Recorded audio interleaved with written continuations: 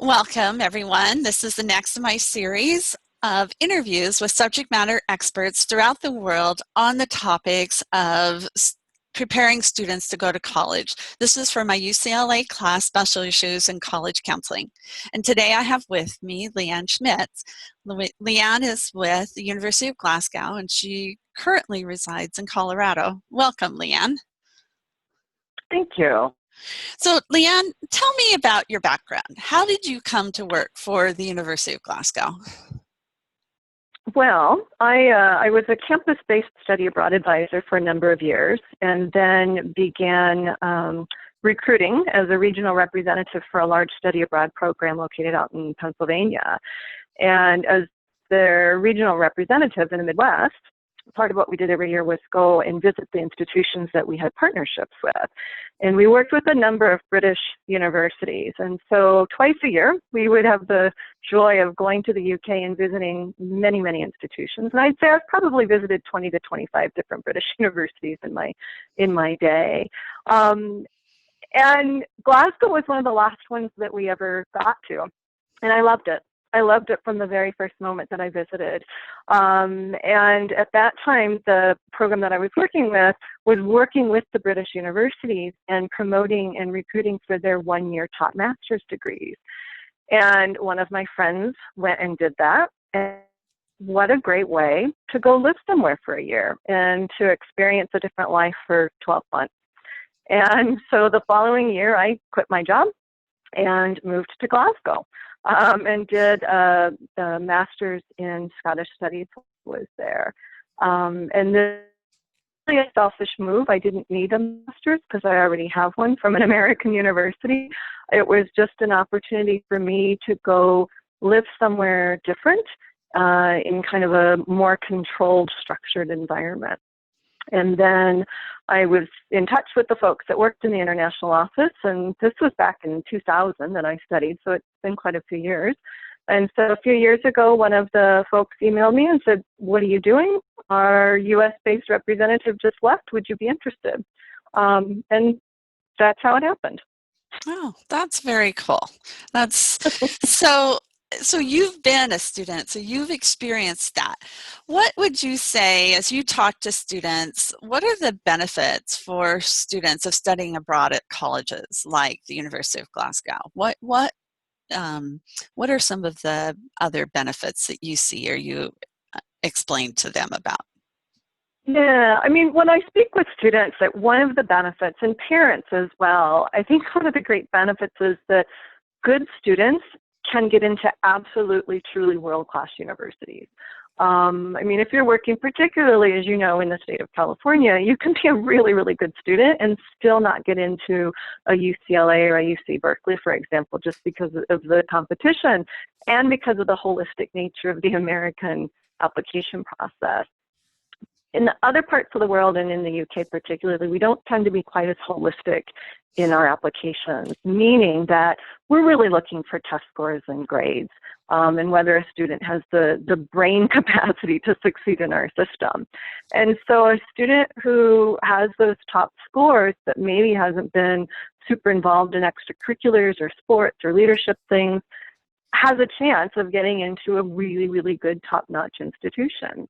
I mean, Scotland, for example, I think has 5 of its 20 institutions are rated in the top 200 in the world.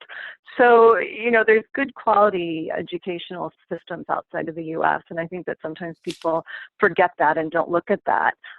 So that's definitely a benefit for an American student. Another benefit, obviously, is that you're in another part of the world. The ability and the opportunity to put yourself in a totally different environment does something to a person that is just irreversible and changes how a student looks at the world and looks at themselves by being placed in that different environment. And I think that that's a big benefit for students in being. It might be their first time of being truly different and being forced to kind of look at their world a little bit differently and how they perceive not only the culture in which they grew up in, but their own life perception as well. And a student who comes through that sort of experience, whether it's even just for a short-term study abroad experience or whether it is doing a full 4-year degree, if a student doesn't come out of that experience with a difference and a change in having greater empathy or different perspectives on life or being more patient, hasn't probably paid a lot of attention to what's going on around them. And so I think that that's a huge benefit. In Europe, a great benefit is the ability to travel. Our states here are so massive that it takes, 6 hours to drive from one end of Colorado to the other, and we're not one of the bigger states. In Europe, you could be in 5 different countries in that same amount of time. And so for a student who might be interested in intercultural relationships or international studies, even European history and literature, to be able to immerse yourself in that particular environment and not have to study it from afar is a wonderful benefit, and it really brings it to life. But I think for a lot of students, another benefit is that the education system is quite different. And, over the years, obviously, I've met students who the American system doesn't really work as well for them with the constant evaluations and kind of being a little bit more controlled. And I've seen students, particularly as study abroad students, who maybe haven't had the best GPAs here in the US, but once they get into a more independent study environment and they can take control of their own education, have just blossomed. So I think for the right student, being immersed in that different education system can open up a whole new way for them to think intellectually and academically. Absolutely, absolutely. I know with the students in particular, my student who came to the University of Glasgow, I've seen that for sure. So what makes a student be an internet successful? So if they come and take advantage of all these different things that you've talked about, what do they have to bring with them to make that successful transition? I think a student who does well is a student who starts out being a bit independent, someone who has a curiosity about how other people in the world live. It's definitely a student who has a good sense of humor and doesn't take him or herself too seriously, who's going to succeed really well, I think. I sometimes see students who they get so wrapped up in connecting and staying connected with home that they forget to live in where they are. And sometimes those students don't do really well. So it does need to be a student who is willing to explore a little bit. The whole concept of in loco parentis is so American. And it's going to be a student who doesn't need somebody to hold their hand all the time, and somebody who is good at time management and can take control of their own academic studies, because the American system is quite unique in how it's structured, I think, in the sense that there is a lot of control that the institutions take over the life of the student. And, an institution like Glasgow is a wonderful example. We've got fabulous support services for our students. We've got counseling offices. We've got a disability student services office. We've got support for international students. But the biggest difference, as I explain it to students and parents, is that the student's going to have to seek out that support. The support is there, but you're not going to get a letter from the Disability Student Services Office saying, "Welcome to campus, we're so happy you're here, come and see us anytime." So it's a little bit different perception, I think. It's also quite different in the role of parents. Mm-hmm. If I can say that. We don't have orientation for parents. In fact, most parents don't come to drop their kids off at university in the rest of the world. And so that's why I say it's a student who is probably kind of blazed their own trail and been able to do things on his or her own that's going to be the most successful. So you mean helicopter parenting is a little harder when you send them abroad? That might be a really good. It's a little more difficult, yes, that's true. We have them, don't get me wrong. I've had graduate students who I didn't even think existed because I only dealt with their parents. But it's just a little bit different in the rest of the world than it is here in the U.S. And it's changing, though. I'm not sure if that's good or bad, but we are seeing more parental involvement in the application process in the UK than we ever had before.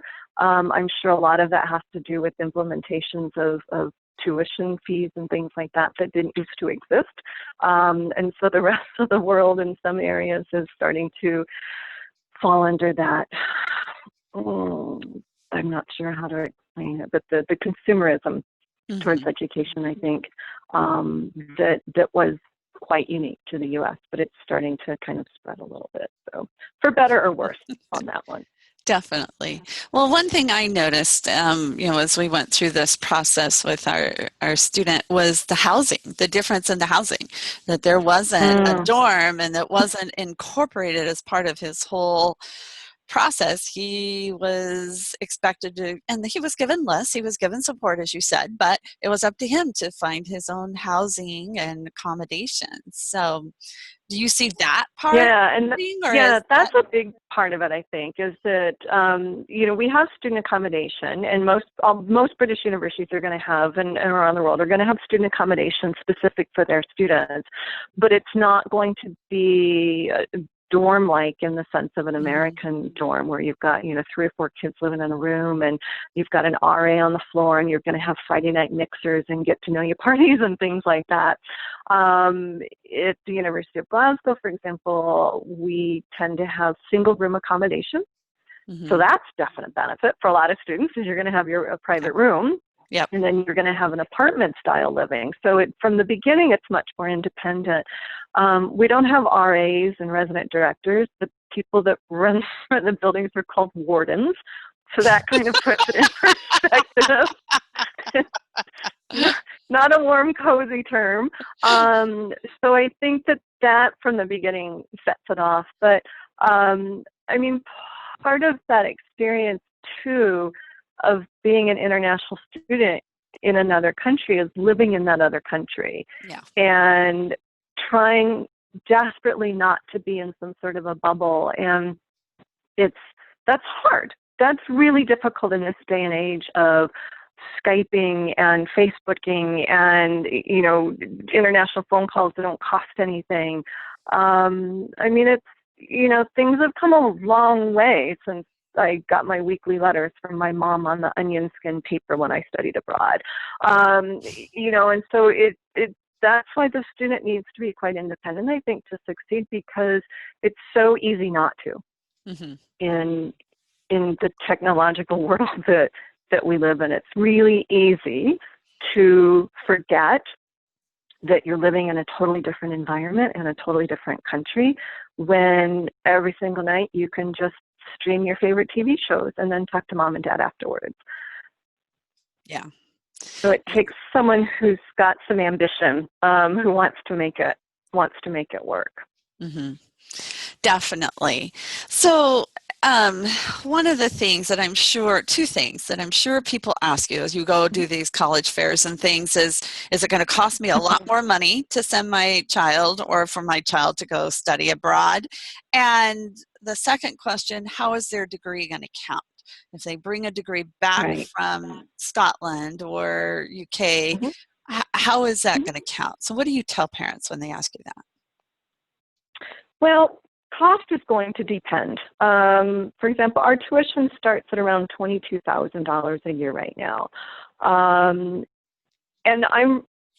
British universities are rare in the sense that for an American, we've been able to say that our tuition has actually gone down in the last 2 years because of the strength of the dollar, right?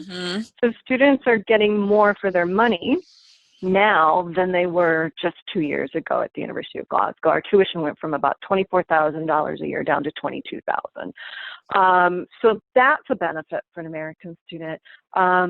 Most British universities are going to have scholarships available. and Americans can apply for the FAFSA loans, Yep. but we don't have buckets of money. So unfortunately, there's not need-based financial aid available. So students can't access their Pell Grants or anything like that. So for a certain population, that can make it not feasible, which is heartbreaking. And I see it every year of students who are desperate to come, but they just can't pull together the finances to do it. So that's a bit of a challenge. Glasgow as a city is not ridiculously expensive to live in. Once you're outside of London, the UK is not horrible. And in Europe as well. And, for finances, Germany and Austria both still offer free education for international students. So, yeah, so if you can speak German, you're doing all right. And there actually are some programs in non-English speaking countries where students can follow programs in English. And so it would just be a matter of, being able to function outside of the classroom then. But again, there's that really independent kind of special student who is interested in doing something like that and really immersing themselves. So I think that most people believe that it's going to be ridiculously expensive to go overseas to study, but it really isn't. And for a huge population, it's going to be even less expensive than, going to out of state or going to private institutions, to be sure. Where so many American private universities, you're looking at $50,000-$60,000 a year just for tuition. Yeah. And obviously that's the sticker price, and nobody's supposed to look at that. So that needs to go into the equation as well. And I think that that's a very important point for parents and students and counselors to really look at very realistically, is that, yes, so your tuition may be less at a British university than at a private institution, but our sticker price really is our sticker price.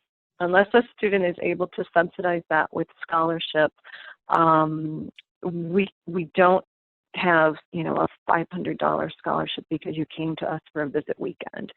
We don't have those types of fundings. So you really do need to look quite carefully at that and make that comparison. So. Well, and I know I think it's a big surprise to a lot of people that you can apply for the Stafford loans, fill out a FAFSA, and at least get student loans and parent loans to help finance an education by studying abroad. And most people don't realize that. So I think that's a big, because that would be less like for California students. I could spend that to send my children to UCLA or UC Berkeley and send them to University of Glasgow or St. Andrews, or Edinburgh. I just like. And for this, and for those good students, Cindy, for example, we have a scholarship that's £5,000 a year, and it's good for the duration of their degree. Wow. So that's £20,000 over 4 years, and our tuition per year is, £15,000 to £18,000. So it's more than a free year of tuition over the course of the 4 years. So, that's quite a generous scholarship. There aren't a lot of institutions that have that much. But I know, for example, of an Irish university, University College Dublin, they promote up to 100% tuition scholarship for American students. So there's resources available, and it's going to go to the top students, to be sure. But we're also not going to be accepting lower quality students either. So, that needs to go into the mix for a student too. But we're not unique in offering international student scholarships. It's a matter of students researching things. And then also researching, a student can build on as many external scholarships as he or she wants. And I think that's one of the most important roles for a counselor, right, is to help students kind of find those additional financial resources and get them sort of started looking at scholarships in their junior year as to what might help them make that possible. So. Definitely. So, and then the part about the degree. If I get my degree in the UK can I bring it back to the U.S.? And Yep. does it have as much value as the United States? Because that's a big worry for parents too, I know. It is a huge worry, and it's because you don't want to commit to 4 years or 3 years in England. Two things. Well, more than two things. A couple of things.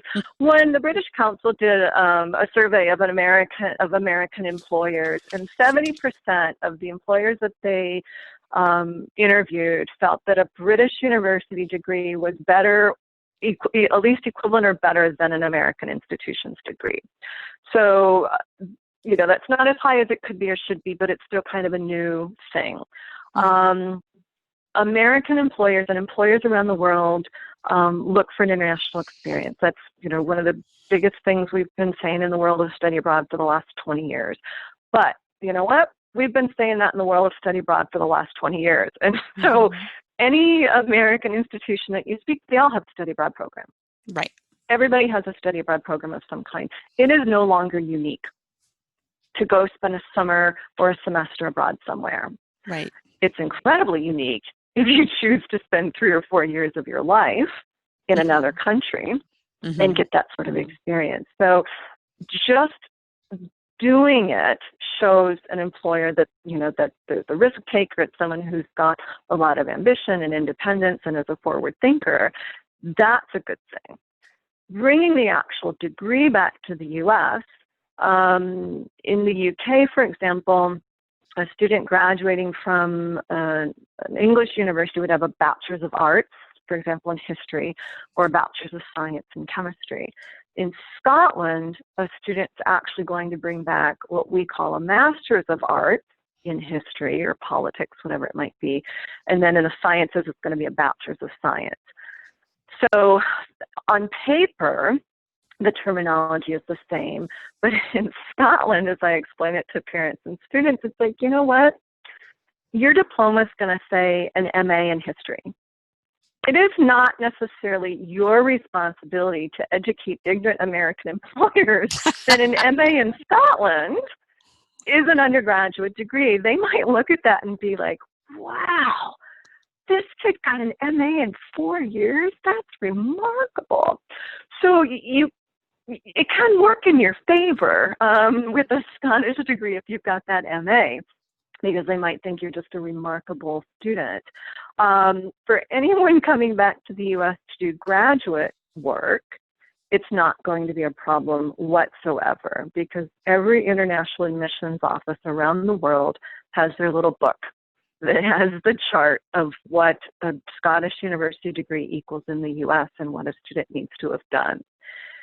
And to be honest, even though it's wrong, some American institutions will look more favorably at a Scottish university degree because it is 4 years, as opposed to the rest of the UK where a degree is only 3 years. Unless a student's coming from, the Oxford system or one of the really, really top London universities, there are some American graduate schools that are still a bit suspicious of the 3-year system. And as I said, it's totally wrong. It's not how it should be. But that's just our ethnocentric approach to our education is the best, and that's the way it can be. So, but as I said, any international admissions office for a graduate school is going to have their book that says that a 3-year degree in England equals a 4-year degree in the U.S. And so bringing that back isn't going to be an issue. There are some problems with things like medical school, right? That doesn't transfer over super well. Nursing is not a problem whatsoever. A student simply needs to come back and take the state board exam in whatever state they want to practice. Education, the same thing. A student could do our education degree, get the certificate in Scotland, and then be able to apply for a teaching license in the state of Colorado. And I know that one for sure because I used to be the person processing those teacher applications. So I have direct experience with that.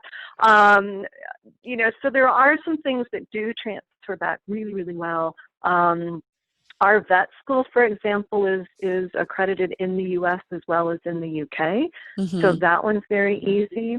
Now, engineering isn't accredited in the U.S., but there are governmental agreements whereby a British engineering degree is recognized in the US and a US engineering degree is going to be recognized in the UK. So by and large across the board, it's not typically a challenge to bring back a degree from overseas. It's going to be up to the individual student how they sell it, that they have a degree from, University of Glasgow, ranked in the top 100 in the world. But that's not going to be any different than it was for me looking at jobs outside of the state of Iowa, where I went to a teeny tiny college that nobody ever heard of, and trying to say, no, it's a real school. It's an actual, it's a good school. It's really there. And so that comes down to the individual student. But I think it's becoming less of an issue than it was even 10 years ago, to be sure. Well, and I think, Drew, you just hit on the real growing difference is that we are in a global world, we're in a global economy, and having that international experience and presence, it does make a difference when it's more than just a semester or summer abroad. And I know from visiting the universities in the UK last year, especially in Scotland, one of the things that's very attractive to students is they don't have to do prerequisites. They don't have to do general ed. They can come and study nursing, veterinary. They can come and straight away and study it. We had a friend whose daughter went and studied physical therapy and now has come back in the US, has taken the board exams, and has a job offer. So I think that's something we as counselors need to help parents open their minds and perspectives a little bit in that regard. So well, and I think that Cindy brings up a huge issue of how counselors can help students in the sense that it's so much pressure on a counselor to you can't know all of the education systems in the world. That's just ridiculous. But you need to know that they're different. And you need to be able to get that across to a student. Because I work with so many students throughout the process who are asking me questions that it's very clear they don't understand that there's a huge educational difference in the systems. And they're asking things like, well, what sorts of non-math classes am I going to have to take? Well, none. Here, read this because it's very clear. But that students come in with the expectation that everything's American everywhere in the world, and it's just like home. And those, it's understandable to some extent, but I think that that's where the counselor can have a huge role in just kind of trying to help explain that no, it isn't. It's not just a bunch of American schools located in different countries around the world. That's not how it works.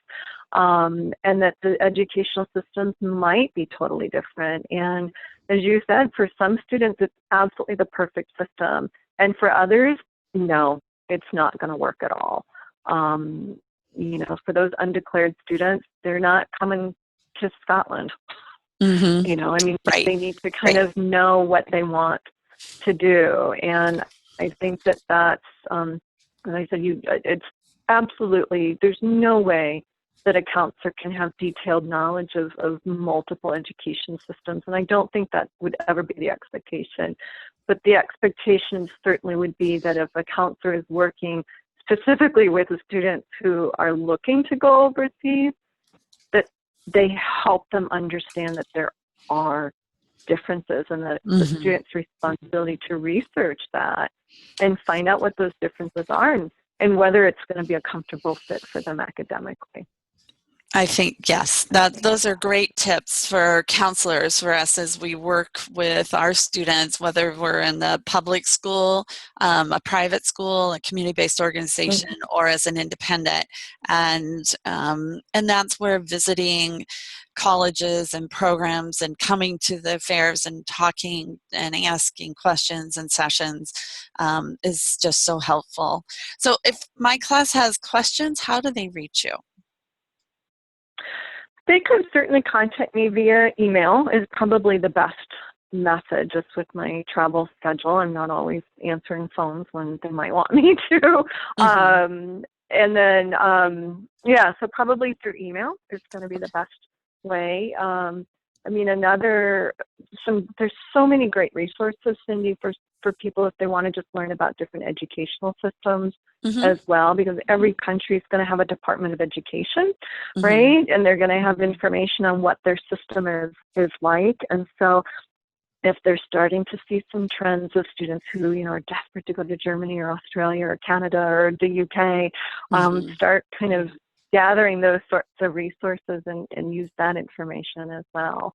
So, because again, I'm certainly not an expert on educational systems around the world, but I can, just because of the experience I think I've had in study abroad and looking at so many different places, obviously there's some information that I might share, and I won't get on my soapbox about that. I get a little crazed when it comes to the whole study abroad world, just because every school is different in how they promote it, but every school promotes it. And I think that students need to be educated to ask very specific questions if they want to have some sort of an international experience at an American university. And I always tell them, never believe what the admissions officer tells you, because the admissions officers never know anything about the actual ins and outs of the study abroad program. And I'm in that category, right? I don't know all of our partners that we have around the world. That's why we have a full-time person in Glasgow who helps students identify that. So that's a big piece of it as well, because, I'm not foolish enough to believe that the vast majority of students are going to come and want to do a full degree at the University of Glasgow. The majority of students that I talk to in my day are going to end up doing a semester or a summer abroad. And that's great. That's a fantastic starting point. But students still need to be good consumers as they're investigating that option as well, because all study abroad programs are not created equally. That's true. Very true. Very true. Well, I did put together a website, organization resources on international students for my class. And so they have links to education in UK, education in Ireland, and then study in Canada. So those are 3 of the other systems, but I'm going to look up the one in Germany and Austria too, and add those to that when I get a chance. So, Leann, thank you so much. Good luck in all your travels. Hopefully I'll see you at one of the upcoming conferences here in California. And thank you for your time today. It's been very illuminating, and I know my students will appreciate it. So, you're welcome. Thanks for having me, Cindy, and good luck. All right. Thanks a lot. You take care. Bye. Bye-bye.